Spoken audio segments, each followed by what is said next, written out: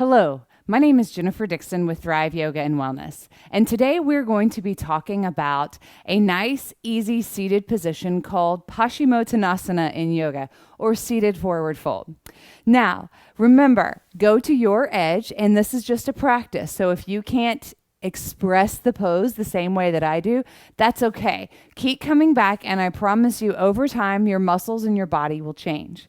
So in order to practice Paschimottanasana, or seated forward fold, you're going to be sitting down with your legs out in front of you, trying to get them straight. Now, if your legs don't come all the way out straight, that's okay. Grab a bolster if you're at a yoga studio, or if you're at home, grab one of your thick sofa cushions or even a sofa pillow, and then you can fold over some of your sofa blankets and you can sit on those. The key here is to raise your bottom up a little bit above your hips over your knees, and then that's going to relax the low back and the hammies, because oftentimes if your hamstrings and the low back are tight, you're going to be like this when you come to the ground. You guys should see my husband when he tries to sit on the ground. It's pretty funny. And he doesn't practice yoga, but it's baby steps. So go ahead, and once you've got your hips elevated enough to where you can sit here relatively comfortable, let's think about the abdominals being engaged, because guess what? If your muscles are engaged in your stomach, your back muscles will be able to relax. The full expression of the pose, you're going to hear it be taught a couple of different ways depending on the school of the yogi.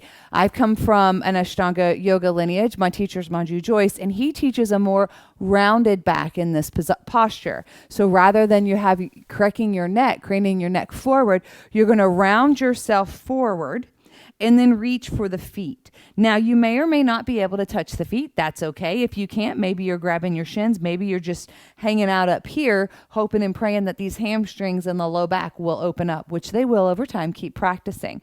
What you're working towards, our goal is to be able to comfortably or somewhat comfortably fold forward over the legs. You feel a nice stretch along the calves, the hamstrings, even a little bit into the glutes, and definitely a lot into the low back.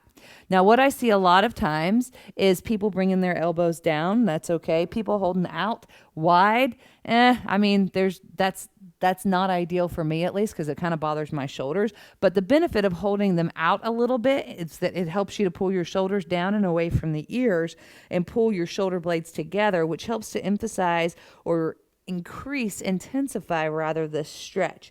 You can grab hold of the outsides of your feet, your toes, or you can work on a bind where you try to grab one hand as reaching for the wrist of the other hand.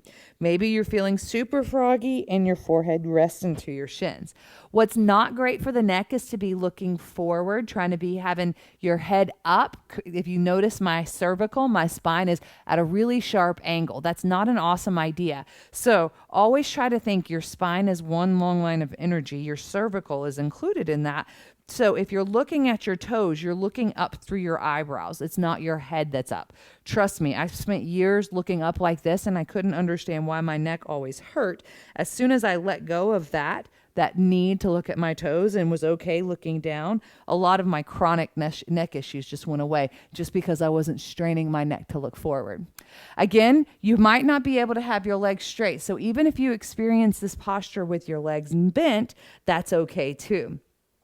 Your legs are as bent as they need to be, your edge, to get to your edge. Your feet are together in this particular posture, and you're reaching for your feet. You may or may not get there today, but it's #goals, right? That is a seated forward fold. It's very great for opening up the muscles in the back of your body. It's also a very relaxing pose. Believe it or not, over time, it does get relaxing. And what it helps you to do is lengthen that posterior chain and provide a little bit of space and relief, possibly for the hamstrings and the low back. If they get super tight, sometimes that can cause chronic pain.